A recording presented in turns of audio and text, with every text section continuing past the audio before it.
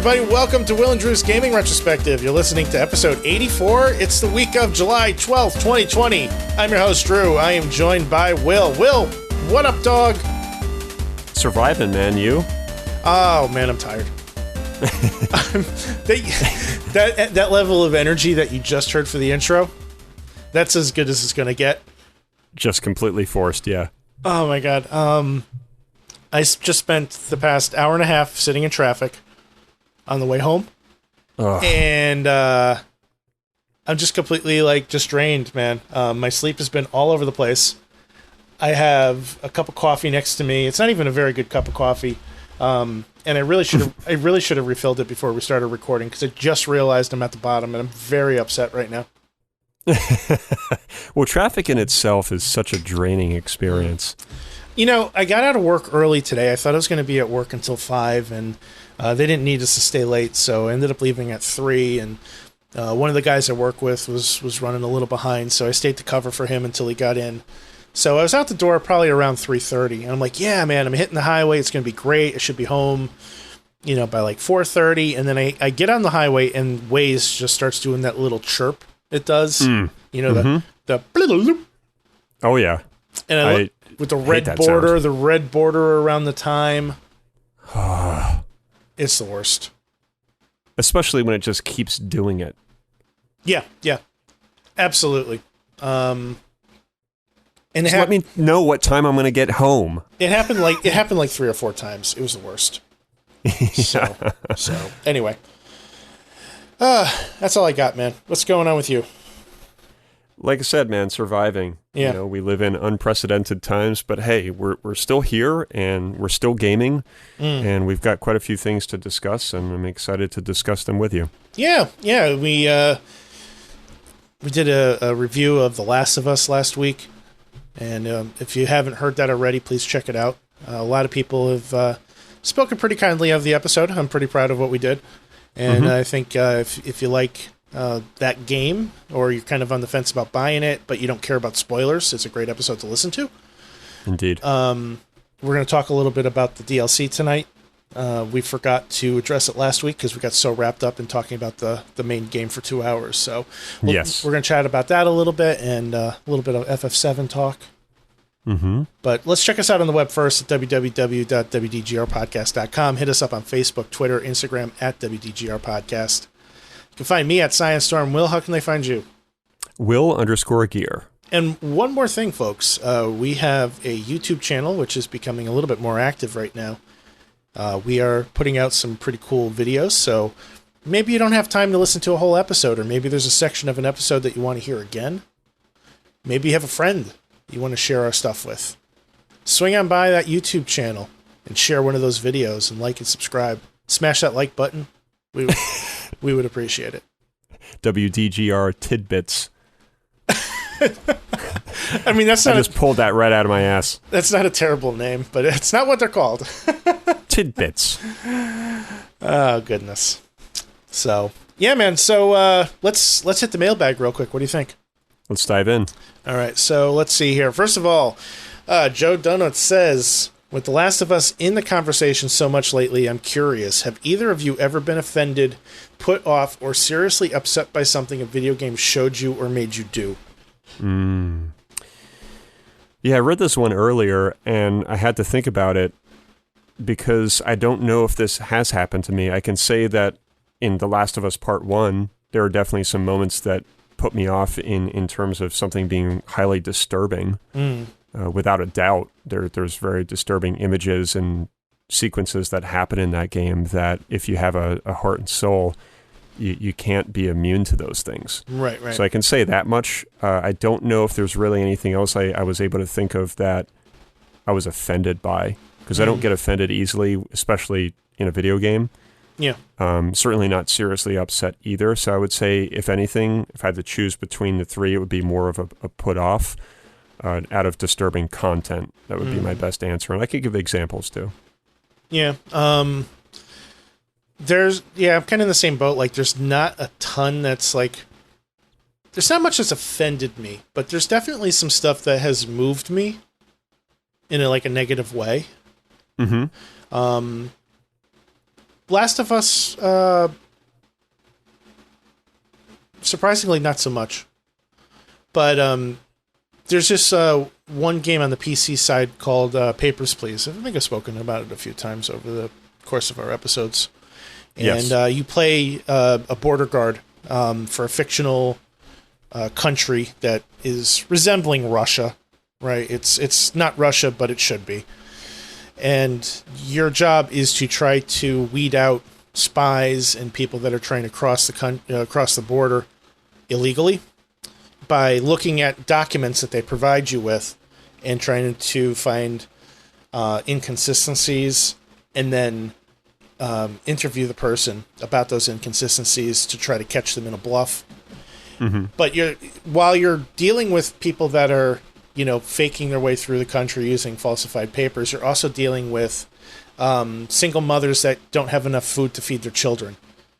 And, poverty-stricken individuals and people that are sick, people that are dying, that are trying to get to their families, things of that nature. And, sometimes letting them through means that your character doesn't get to eat, doesn't get to feed his family. Because the government is a little bit corrupt in this game. So they're kind of pushing you not to let too many people in the country. Mm-hmm. So you get penalized for making a mistake, but you also get penalized for letting people in when you shouldn't. So it's like, do you let this person eat or do you let your own child eat? And it's that kind of morality play. Mm-hmm. I think that gets to me. I don't play a lot of gory games or horror-based games very often. I've never been huge on the Resident Evil games, for example. I know that's probably a tame example, but stuff in that direction of gaming. Gore and that sort of thing don't really bother me all that much. It's more about the mind fucks, disturbing things that get me more. I can get behind that, and I think it ultimately depends on what kind of game you're playing. It sounds like Papers, Please obviously addresses other issues and aspects of life that normally you don't really experience in a game. Mm.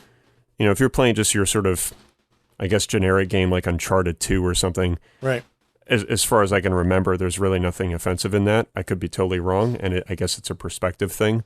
But I can say that in Metal Gear Solid 5 and The Last of Us, just sitting here thinking more about other examples, there were some moments where I was sort of forced to do something I didn't really want to do. Mm. That was kind of a disturbing thing that you would have to do. Mm-hmm. And I'm trying to think what the other example was. I thought I had thought of something. Oh, that's what it was. Any kind of hunting scenario in a game where you actually have to hunt for wildlife. Mm-hmm. I don't really enjoy those moments because as a vegetarian and as somebody who has a high amount of empathy for life, I'm not comfortable in those kind of sequences where you have to go and hunt for deer or a rabbit or whatever it is. Anything where you're harming an animal, that would definitely be something that wouldn't offend me. Yeah. But is again more of it would put me off a little bit because of that empathy that I do have towards animals and life. So It would be, it's something that I obviously have to get done if the game calls for it. But it's not going to be like, oh yeah, I can't wait to shoot this deer. This is so much like real life. Or I've always wanted to do this. Those thoughts are not entering my mind. So you're not going to be buying big game hunters anytime soon, is what you're saying? No. I know I've had to do hunting in quite a few games. Assassin's Creed, Last of Us. Uh-huh. What was the other one? Tomb Raider. I think that's it. There's probably been a few more. Sure. But it's not like I'm sitting there saying, oh my God, I can't believe they put this in here. They should think about people like me. You can't do that. That's because you're not a whiny bitch. Mm-hmm. So. You can't do that, and I'm like that in my regular life as well. Not everybody's going to be vegetarian or have the same empathy that I have in the same way that I have it for, animals or whatever it is that I have that empathy for. You can't expect people to have that same viewpoint. So right. I think it kind of goes hand in hand. There's also a tremendous difference between a game that has you actively hunting animals as like the basis of the game versus a section of a larger game where you're hunting animals to get across a story point, you know? Yeah, exactly. So, if I have to shoot a couple deer in a virtual video game to progress the story, then that's what needs to get done. Right, exactly. Son of a Fitch asks, do either of you have a favorite co-op gaming moment? As divisive as it is, one of my favorites is when my friend and I played through the entirety of Dead Space 3 in one day. Which sparked some confusion as to how he possibly did that in one day. I wouldn't know. I do know that Dead Space 3 didn't receive the same amount of reception as 2 and 1. That's all I can say about that piece, but I'm assuming that it's a fairly long game. I'm going to try to hit that game in October if possible. I've never played it. I'd like to kind of go through the series again, kind of redeem myself from my mistakes in part 2, and just kind of freshen up the whole thing as a whole, but with the ultimate goal of getting into part 3, because I bought it the day it came out. I even got the fucking limited edition, and still haven't played it. And that's a problem. You'll get to it. At least you have somewhat of a deadline. I guess. I mean, yeah. So, growing up, like, I didn't do a lot of co-op gaming because there are a couple reasons. There weren't a lot of kids in my neighborhood when I was younger. I only had one neighbor that had kids my age. And the three of us were primarily into fighting games. So we spent most of our video game time playing things like Mortal Kombat, Street Fighter, shit like that. And really, when I think about it as a whole, my larger group of friends, for the most part, when we got together, we would either be we were all very competitive.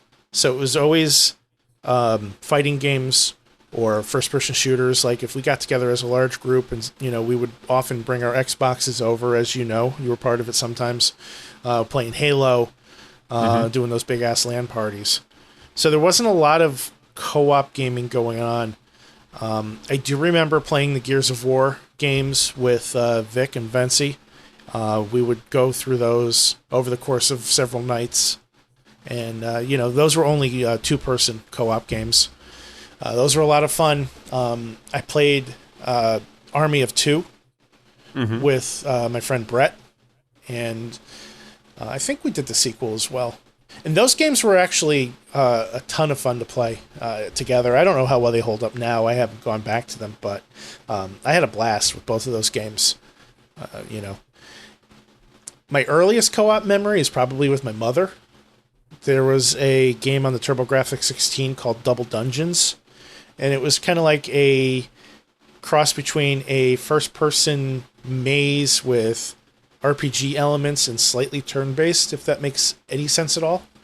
Sure. And you're both in this maze, and you're surrounded by monsters, and you have to kill the monsters and level up your character and buy better gear and escape the maze to go to the next maze. And it's just basically you're just dungeon crawling.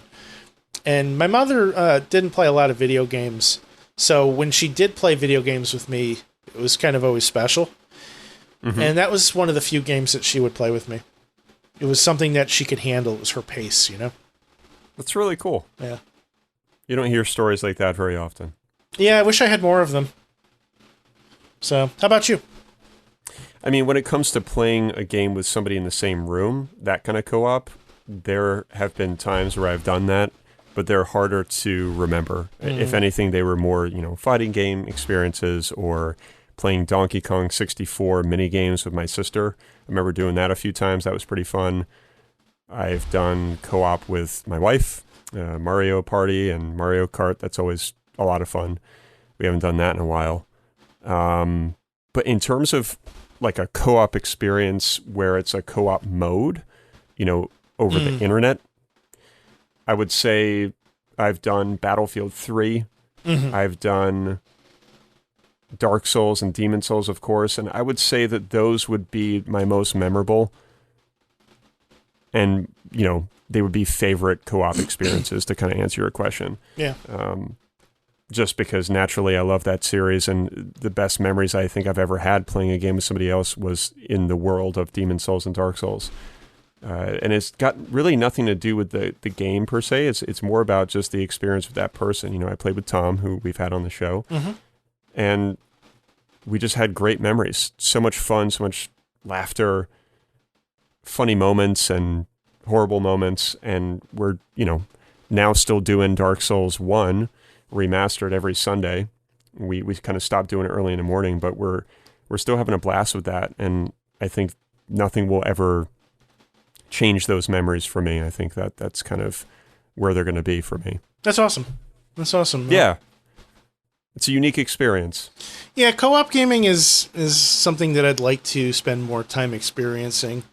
Unfortunately, the nature of my schedule often makes it difficult for me to do that. And, honestly, a lot of times when I sit down to play a game, I don't want to go through the hassle of putting on a headset and trying to get a party chat going. It's just like, I just want to sit down and turn it on and play. And I just realize, I realize that that's just me being a grumpy old man.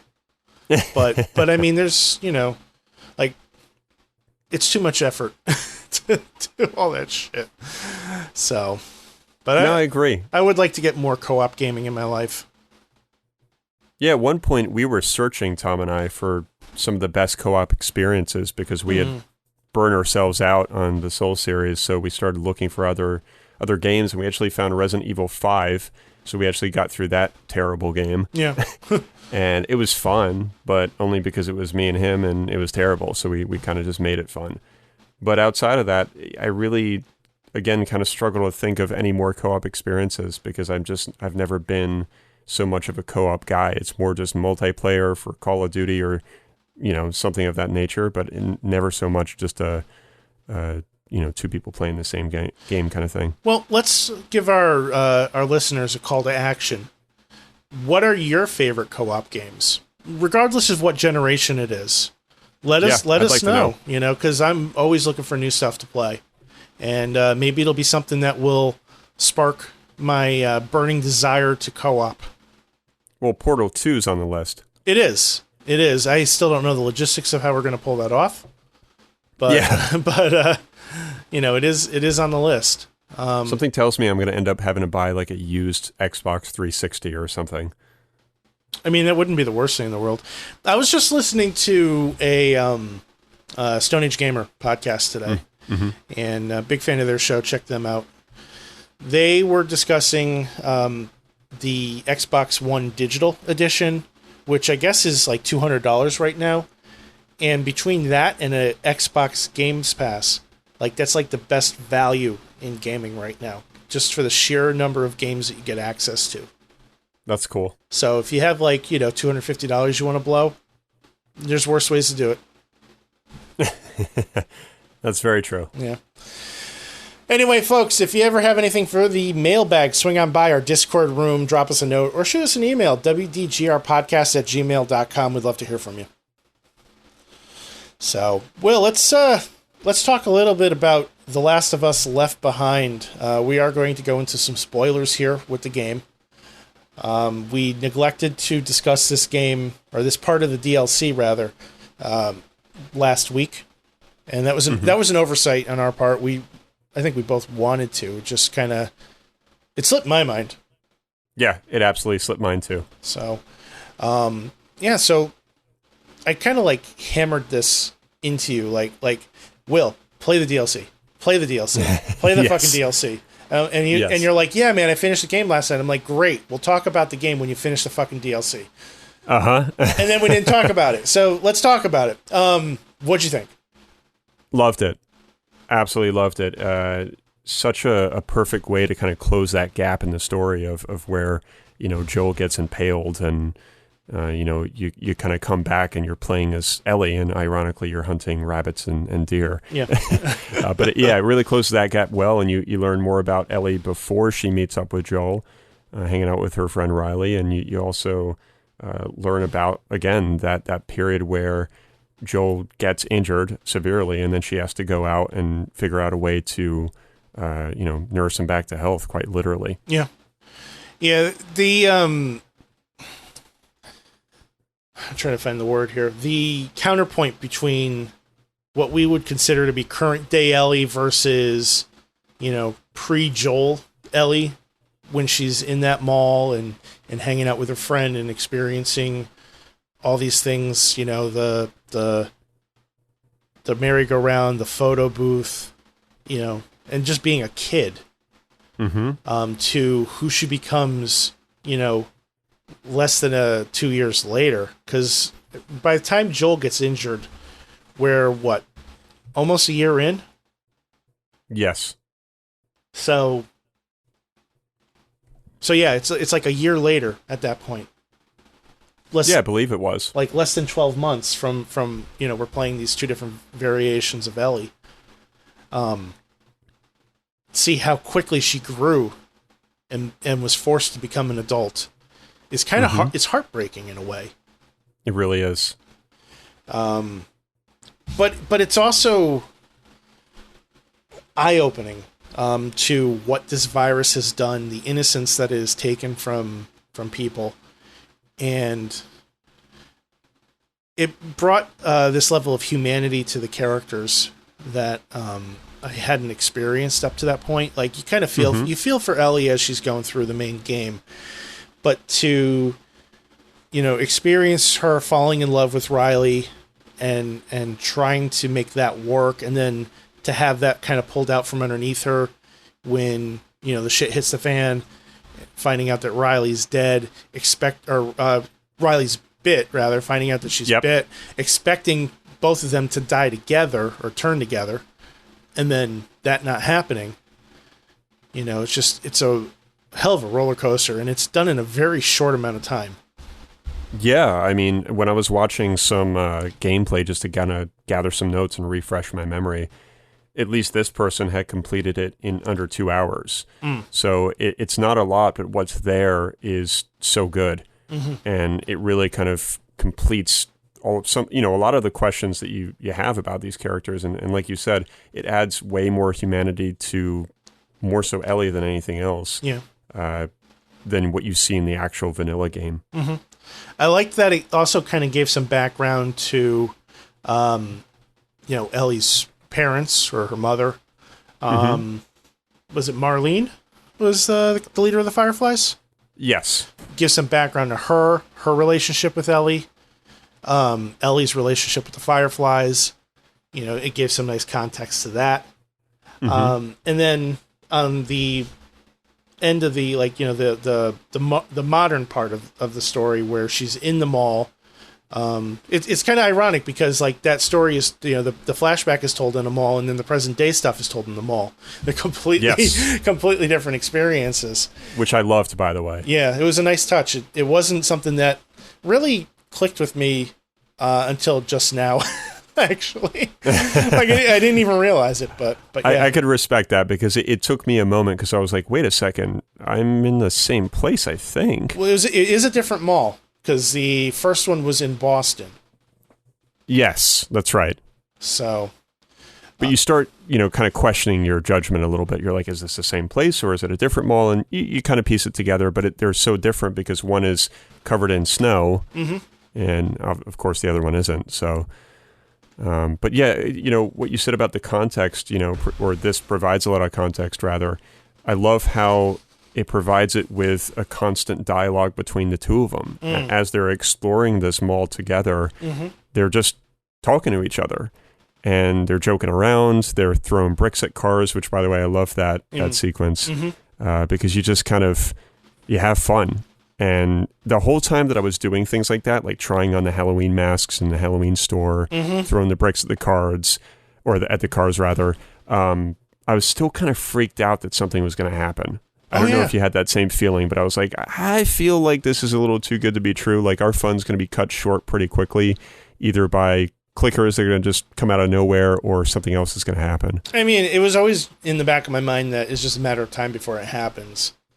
But it was always a challenge to try to figure out when. And those downbeats in both the DLC and the main game have been amongst some of my absolutely most favorite moments in any video game.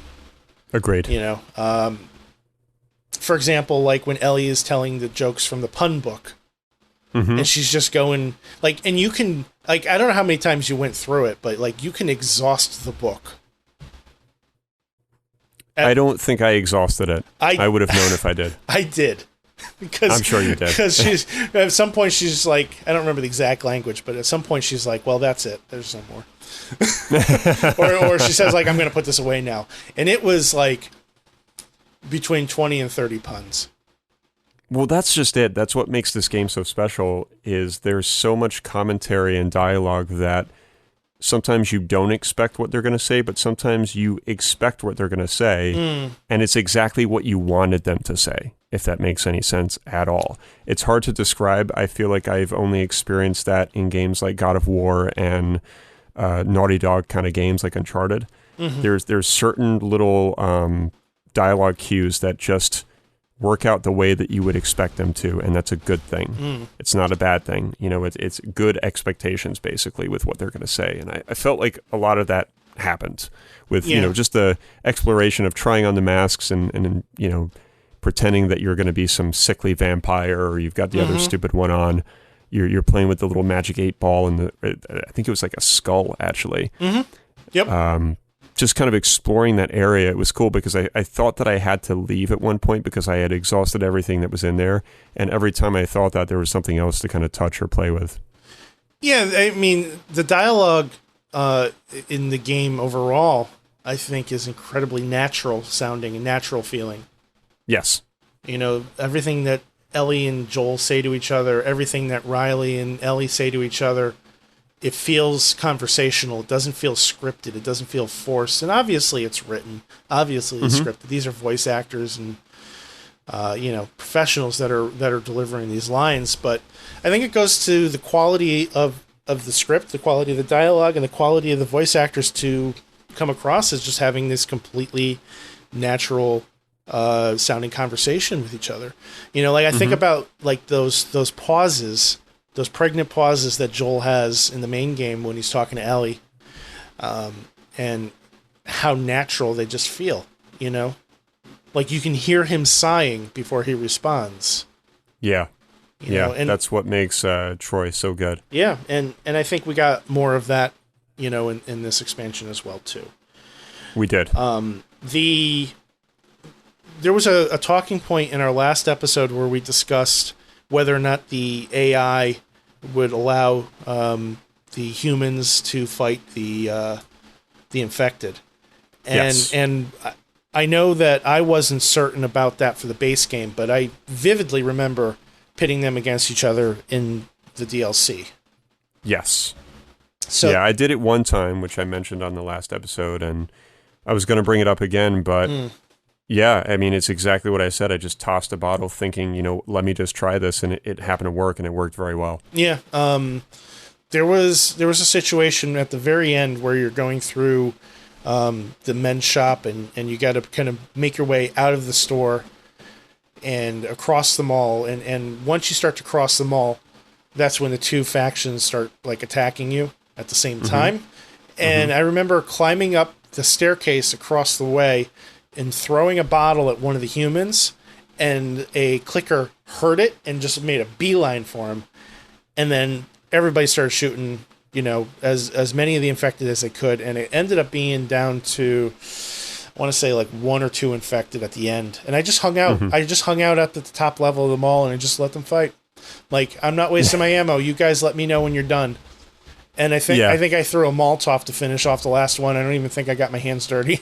I've done that so many times. Like, you just take that cheap way out. I mean, it's not really cheap, but it could be seen that way, because if it's just one left, you might as well just shiv them or just shoot them. But why not throw the cocktail? Right. I mean, the noise alone is hilarious. It sounds like somebody's letting a balloon go off. It's like... Like, it's very hard to mimic the sound, but I remember laughing the first time I heard it. I was like, it kind of just sounded like a sort of trumpet fart. Trumpet fart? Or just somebody letting a balloon loose. Yeah. just letting the air out, in a certain way. So that's funny. Kind of when you pull on the end of the knot. But yeah, it's a special DLC, man. And I remember so many sequences, like the Super Soaker War was a lot of fun. And I love how like you can actually pump up the gun. And it brought a smile to my face because it just made me think of my childhood of doing the same kind of things. Yeah, same here. I can't tell you how many times I was hanging out at the mall with my friends and just wished that everything was shut down and empty so that we could have free reign of the place like that, though. Yeah, in a lot of ways, too. It reminded me of that show on Vice. I don't know if it's still on. It was called Abandoned. It was basically a show about abandoned places, mostly malls. Yeah.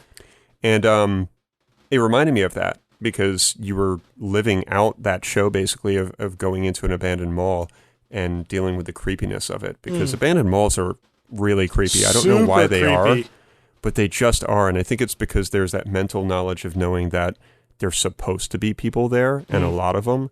And when there's no one in there and the stores still kind of exist and there's still stuff in the stores, you can't help but think that either it's haunted or there's going to be like a cracked end somewhere. Yeah, no, you're absolutely right. Like, I'm always afraid of like who I'm going to run into anytime I'm like near anything that's abandoned.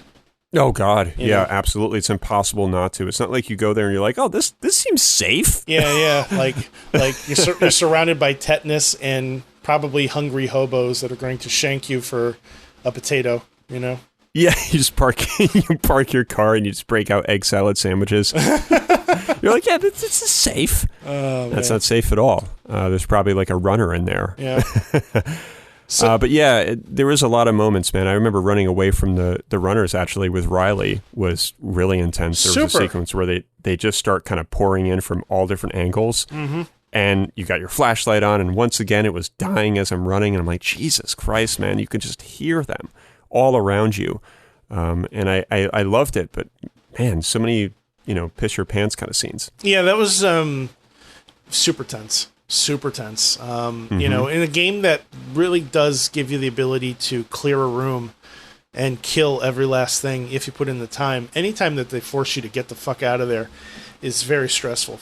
and this is one of those cases, just excuse me. Like you're running as fast as you can, and it's measured out by the story, but it never feels fast enough.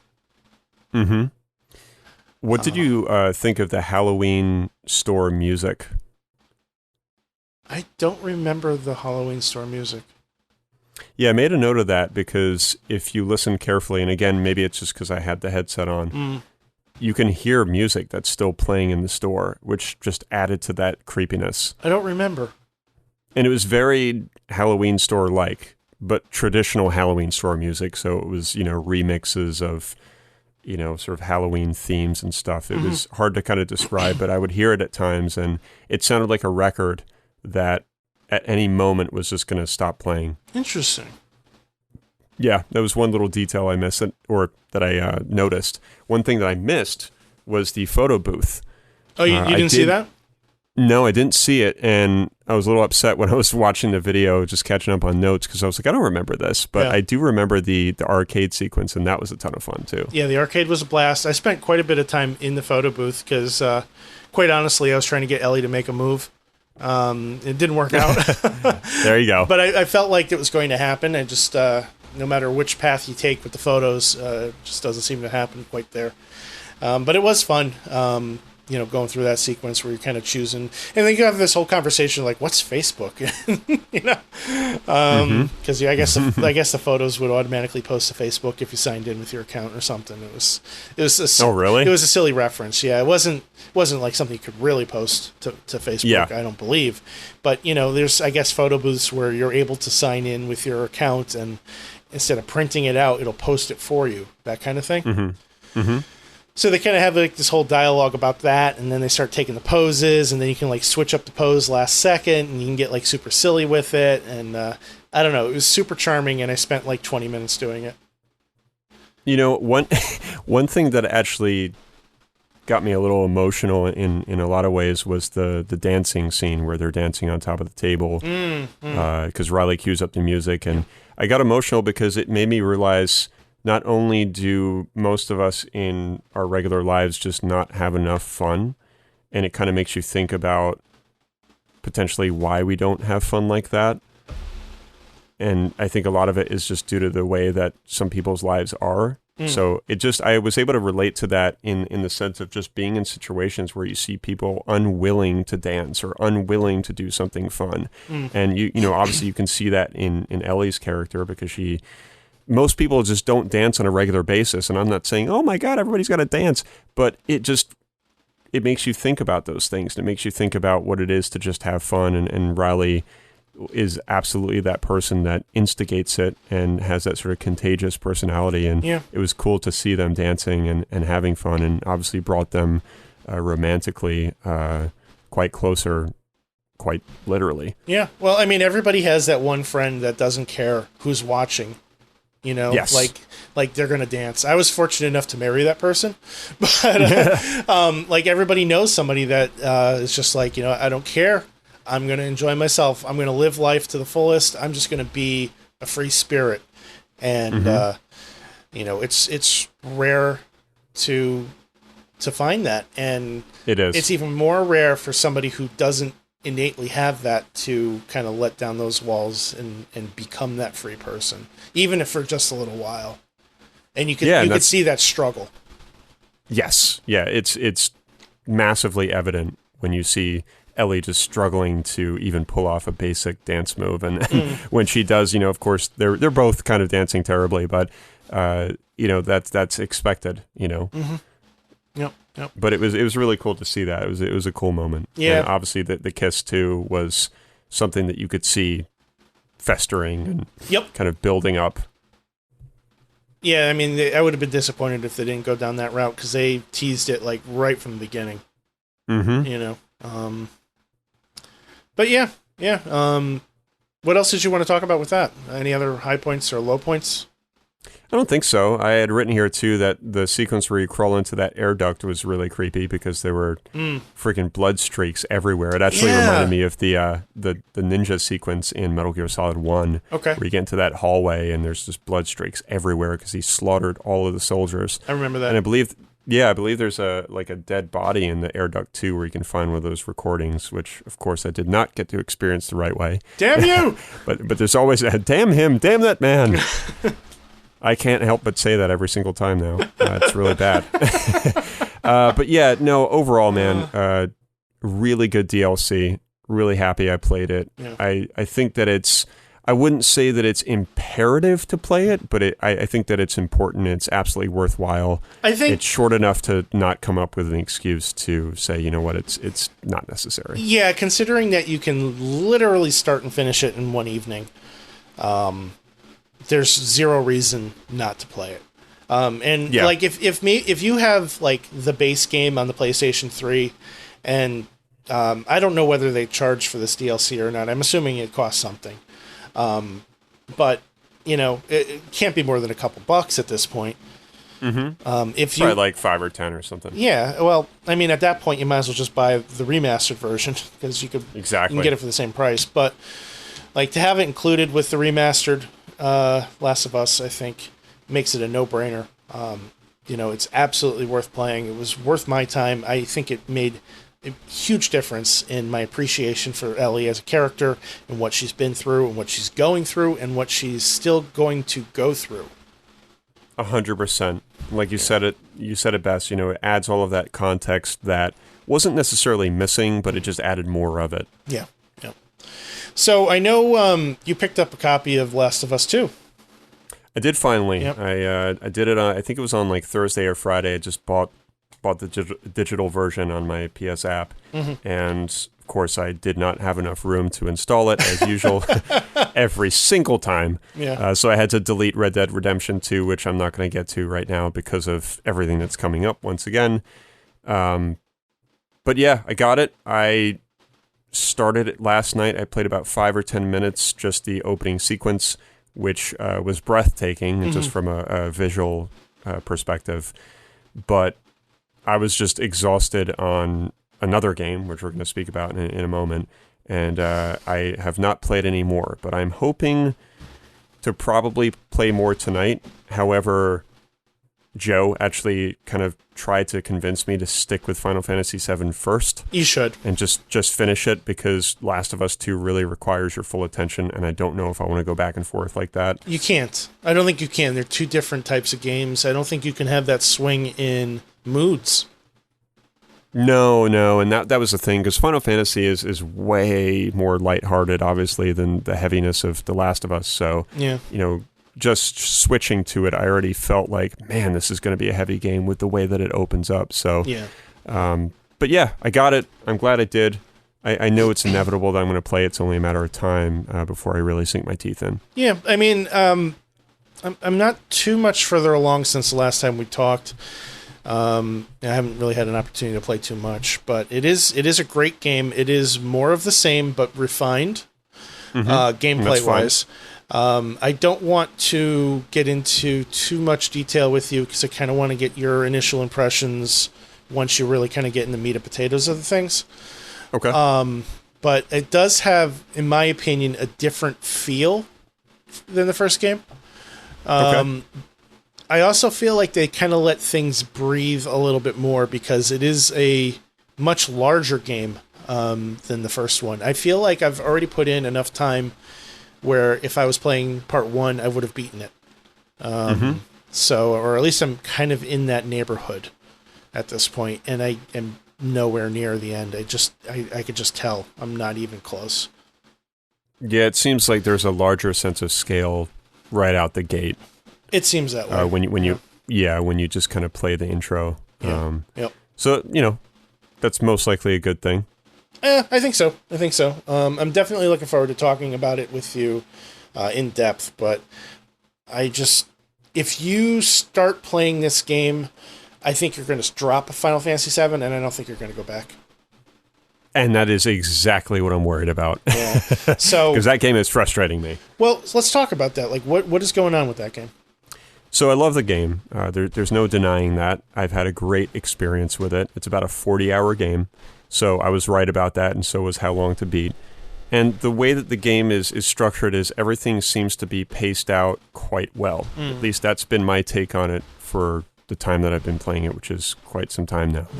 And the last 2 chapters, man, Joe was not kidding. He kind of warned me. He's like, all right, well, it's still going to take you some time. And I was like, yeah, but it's the last 2. Like, it can't be much longer. And I just feel like the 40 hours are compiled into 2 chapters of the game. It just seems that way. And the reason why is because they give you 58 bosses at the end of the game to fight. Now when you say... Not literally. Okay. I was going to ask you, like... Not literally. Is that like an official count? No, this is absolute sarcasm. Okay. But there's a lot of bosses, there's mini bosses, there's regular bosses, and it just feels like they're back to back to back, and everything's good. Like, the gameplay's still great, and it gets a little frustrating here and there, which is fine. I can handle that. But the more bosses that you get to, the harder they get and the more frustrating they get. And you start dying more, and you're having to play this whole game of healing this character, and then when that one dies, you got to Phoenix down that character, and it just becomes this juggle fest of curing and Phoenix downing and attacking and blocking, and you have to block way more in the end, which I had noticed, like in most of the time that I've had with the game, I rarely blocked at all. I probably should have, because it's quite useful now that I'm actually doing it. But yeah, the last 2 chapters, I thought I was going to be able to wrap them up in 2 to 4 hours, and I ended up playing a good chunk on Saturday and then a massive chunk on Sunday, and I'm still not done. Yeah. So that says a lot about the last 2. When you texted me to kind of give me an update, there was this desperation in your text. Oh my God, I was so frustrated. I remember I actually lost Joe's number along with a few other contacts due to like an iCloud issue some time ago. Yeah. And I was so frustrated, I had to go on Discord, and I was like, hey, dude, can you give me your number, like, stat? Because I need to bitch. So he gave it to me, and, we kind of talked about it a little bit today, and he's had some frustrations with the end, and so have apparently many, many other people, and I don't really know what their frustrations are because I'm avoiding spoilers. Yeah. So I don't know if they're frustrations with how the plot is apparently slightly different, or the level of difficulty, or a mixture of both. But I can say that I think I'm beginning to understand why the end of this particular game, or this I wouldn't say version, but this first installment of the 3 games, however many they're going to release, I can see why people are frustrated. Yeah, I've heard some spoilers on it. I was a little more careless with spoilers for this game because I had already, thoroughly exhausted the original. And I kind of heard some stuff that I'm not going to repeat here, but I'm sure you'll experience it. And I mean, just what you've already described to me alone up to this point is so vastly different from the original game that they are absolutely taking liberties with what's going on. Yeah, I mean, ultimately, it just gets exhausting. It gets to the point where you just want to wrap things up and you feel like there's going to be closure. And the moment that you feel that in chapter 17, because there's 18 chapters, you then begin to realize this is far from over. And when I went on the internet to go and see how many more boss fights I was going to, have to deal with, there was many, many more. And I was like, oh my God, I don't want to do all this. And that's literally what I said to myself internally and out loud. I was like, I really don't want to do this. And it's not because I hate the game or anything like that. I just kind of want it to end. Yeah, I mean... And again, I just want to be clear. It's not that I want it to end because it's bad. It's just I feel like it's right to close it out at this point. And the fact that they don't is just really maddening because I'd rather deal with like a long cutscene than have to do 56 bosses as a way to close the game. Right. There's just I think like this line that a game can cross very easily, where they're just too much content, It's too much. Doom did it, Doom Eternal. Like the whole second half of the game, I just kept waiting for it to end. And like the further along I got, the worse it became. And there were multiple reasons for that, but generally speaking, the game just felt like it had reached its peak and it was time to just come to a stop, I think a good way to think of this, an analogy, if you will, that I just thought of, and I am not a fast food person, but imagine, eating a small fry from McDonald's, paced out nicely for quite some time, and at the very end, when you hit chapter 17, they give you a Big Mac, the biggest Coke possible, a giant fry, and 2 apple pies, and you got to eat that in 5 minutes. Ooh. That is what the end of this game is like. And some might say, well, you know what? That doesn't sound like such a bad idea, but it is a bad idea when you have to do it in 5 minutes. That's rough. And it's just, I don't know, man. It's a little disappointing because I really wanted to wrap it up on Saturday, let alone at least mid-afternoon Sunday. And when that was not happening and I was still playing in the evening, I was like, shit. I remember texting you. I was like, dude, I am not starting The Last of Us 2 tonight. God damn it. And by the time I did, I was so burnt out. I was like, motherfucker, I can't even play it now. Because once I had completed something in The Last of Us 2, I was like, I can't do this right now. I'm tired. I don't want to sink my teeth into this because it's too heavy. And I'm already irritated with this. So now I'm just going to call it quits. It may be worthwhile for you to wrap up Final Fantasy VII, and then depending on how far into Last of Us you are, just restarting from scratch. Yeah, I probably will. I didn't get far at all. It was like literally 5 minutes, but I still might do it anyway, just out of sheer principle. Yeah. Kind of wipe the slate clean. Yeah, I didn't go in with a fresh head whatsoever. Yeah. I would do that. Here's what I would do, genuinely. Right. Finish Final Fantasy VII. Take like 2 or 3 days off from video games. Play Tetris for an evening. And then the following week, like on Sunday night or maybe even Saturday night, if you have like nothing going on Sunday, that's when you put on Last of Us 2. Yeah, I think that's what's going to happen. Knowing my habits, you just need that like palate cleanser. I do, and you can't rush into The Last of Us 2. You can if you're done with part 1. I wouldn't do it then. You could, but I agree. You know, we've talked about this. I think part 1 is so heavy that it's good to take a little bit of a break. And originally I was going to play The Last Guardian or something like totally refreshing to get away from the mental, instability that you get from playing part 1. Yeah. That would be a bad idea. But yeah, I think that's what's going to happen. I'm going to spend this week sort of casually just beating the last boss on Final Fantasy VII because I already made it to like the second or third phase of this dude. So once I get it done, which will happen again this week, then I think by the time we hit like Thursday, Friday, Saturday, that's going to be when I'm going to fire up The Last of Us 2. Mm-hmm. Excellent. Which I really want to because more and more people are starting to play it now, and I'm like, Jesus, I got to get with this.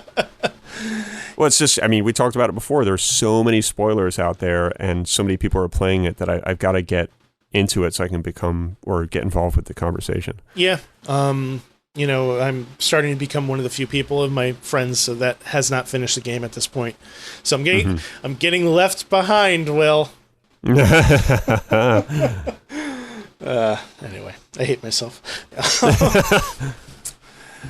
All right, well, keep us updated. Let us know how you're doing with Final Fantasy VII. I'm eager to talk about it in depth with you. And so is Joe.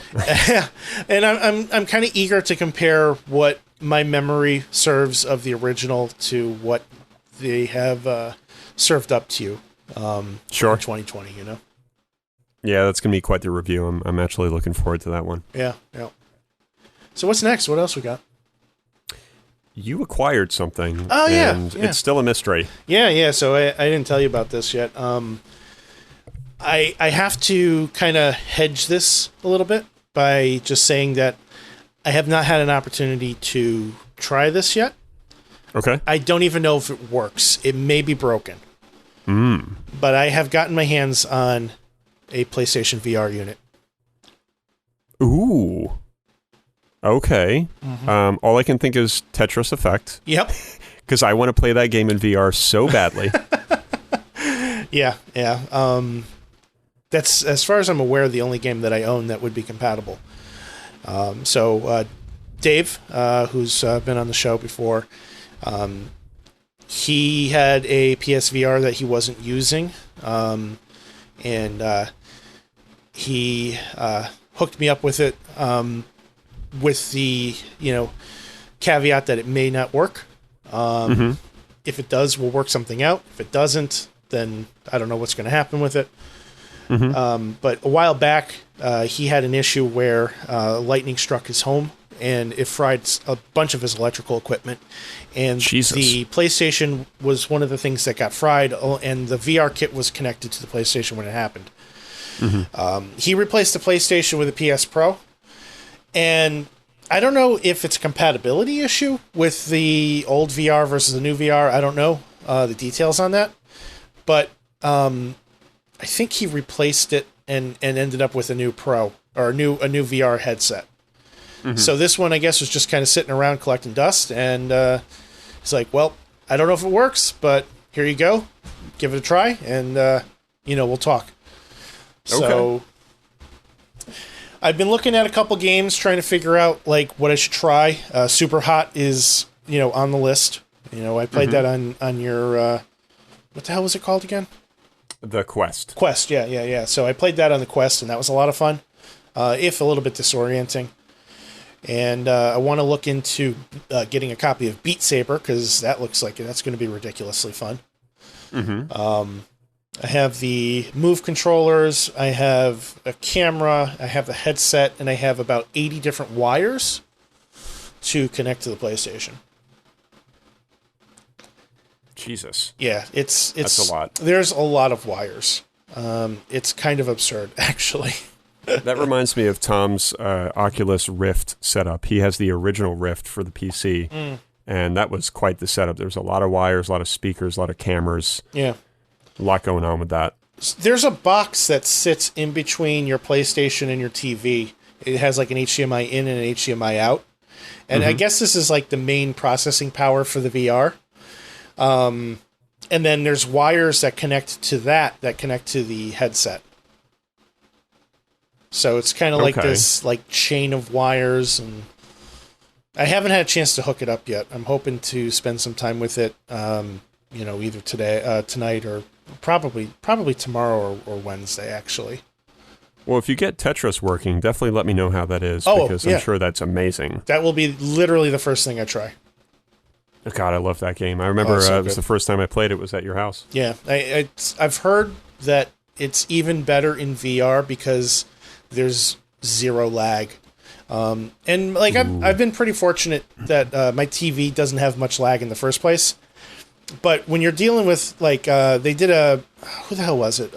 Digital Foundry, I want to say, did that video with like one of the Tetris world champions, and he played Tetris Effect for the first time with VR and without, and he performed drastically better with the VR headset than he did without the VR headset.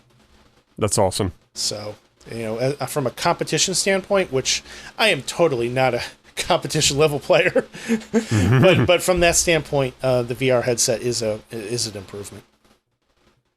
So that's cool to hear, man. Well, yeah. I hope it works out. Me too. I'm looking forward to trying it. And if it does pan out, I'm kind of interested to see what kind of games are out there. I've seen a few like best of lists, and they kind of all go through the same games. So there seems to be consistency there. I'm really disappointed that the Star Trek Bridge Crew game doesn't have like a single player mode, because if it did, I would be all over that. But I guess it's multiplayer only. And, I don't have a PlayStation Plus subscription, and I don't know anybody that likes Star Trek enough to buy it. So so there we are. There we are. Well, if you're ballsy enough, you could try out Resident Evil 7, which Joe played, and apparently he was pretty close to shitting his pants on multiple occasions. I have heard that from Dave as well. He recommended that game. I don't like the fact that we're on Resident Evil 7 is so daunting to me. Like, I feel like I should have more knowledge of Resident Evils 1 through 6 plus Code Veronica and all that other shit. Yeah, and it reminds me of like Mario Kart and Mario Party. Like when you hear that there's like a Mario Kart 9 or a Mario Party like 11, you're like, what? Jesus, like I guess I missed like 5 of them. Yeah. It has that same effect. Yeah. Yeah, it's I think they're on like Mario Party 9. Oh, at least. Yeah. I think 10, actually. I think it's 10. Pardon me. Well, they all suck, so it doesn't matter. Yeah, they're not the same anymore. They were good on the N64. Yeah. And then finally, I think last thing we want to talk about is the gaming event that Microsoft announced today for the Xbox Series X. They are going to be showcasing some of the upcoming games on July 23rd. Halo Infinite is part of that. What was that? Yeah, and that's not even I just said, God, I hope it's good, and that's not a knock on the Xbox at all. I just want to see a damn good game show. Yeah. Kind of hearkening back to my rant about how bad they've been. Yeah. Let's see here. I mean, there's hope that people will see a new glimpse at Hellblade 2. Double Fine was recently acquired by Microsoft, so we're hoping to see something from them. Okay. Forza, Gears of War, those are franchises that are always coming out on Xboxes. Maybe Rare will drop something crazy, a new Perfect Dark, new Banjo-Kazooie. I'm really hoping that Xbox is like, hey guys, we know you bitched at us for not having any exclusive games last generation, so here's 30. Yeah, exactly. Blow me away, Microsoft. And I think they have the potential to do that because, they've acquired some pretty big players over the past couple of years, and those players have been pretty quiet. Double Fine is no joke. No, and we need, like I said before, gamers at this point, I think we all just want to be blown away. Yeah. We want to see some, really striking visuals that are substantially better than what we have now. And again, that's a whole nother topic because there's a lot of arguments that, we're not going to get 10 times better than what we have now. It's only going to be a degree better because we're starting to hit that almost, not really a limit, but we're getting to that point where eventually they're not going to be able to look that much better. Well, the other thing too is we have to consider, and we talked about this, last time we discussed the consoles. We're at a point right now where the PlayStation and the Xbox, the current generation, are putting out content that is at the peak of what those systems are capable of. Mm-hmm. And now you're bringing in a brand new system with a brand new architecture that developers are going to have to learn how to use and to truly harness. And it's almost like resetting the switch. So now your baseline is at or below where we're currently at with the old generation, moving into the new generation. But that ladder is going to... you're moving on the same rung of the ladder, but it's got a higher height, Yes. So we're not truly going to understand what these systems are capable of producing for a couple years, at least, Mm-hmm. But I'm super excited to see this. I want Xbox to do well. I feel like the Xbox One was a little underappreciated this generation, but the complaints are valid. Mm-hmm. Not enough. I can agree with that. Not enough exclusives. A lot of multi-platform games. I think the system, the architecture. I still think Xbox Live blows PlayStation Plus out of the water in every possible way. Mm-hmm. And but they got to step up their game with the games. Yeah, more exclusives and blow me away content. Yeah, I agree. So, July 23rd, 9 a.m. Pacific. I'll be at work. Not too far away. Yeah, it's only a couple weeks. We're talking. So this episode will drop on the 8th. So that's Wednesday. 2 weeks in a day from when this episode launches. Mm-hmm. It's going to be here before we know it. Yeah. So we'll be talking about it when it happens. We will be. I think that does it, man. Are we done? It does. I think we're done. All right. Well, we're done, dude. We're done, guy. We're done here, eh? When you hear your family. Are we at Olive Garden now? Yeah, we are. Oh my god, I think I've been to Olive Garden. More breadsticks. I think I've been to Olive Garden twice in my entire life. That's a good thing because I think it's overrated. Yeah, I agree. It's fucking nasty. Anyway, thank you everybody for listening. We hope you also think Olive Garden sucks. Hit us up on the web at WDGRPodcast.com. Hit us up on Facebook, Twitter, and Instagram at WDGRPodcast. Will, how can they find you? When you hear your family. Will_gear. And you can find me sleeping. I just wanted to say it one more time. Yeah, at Sleepy Boy. Jesus. I don't have anything else to say. Goodbye. All right, see ya.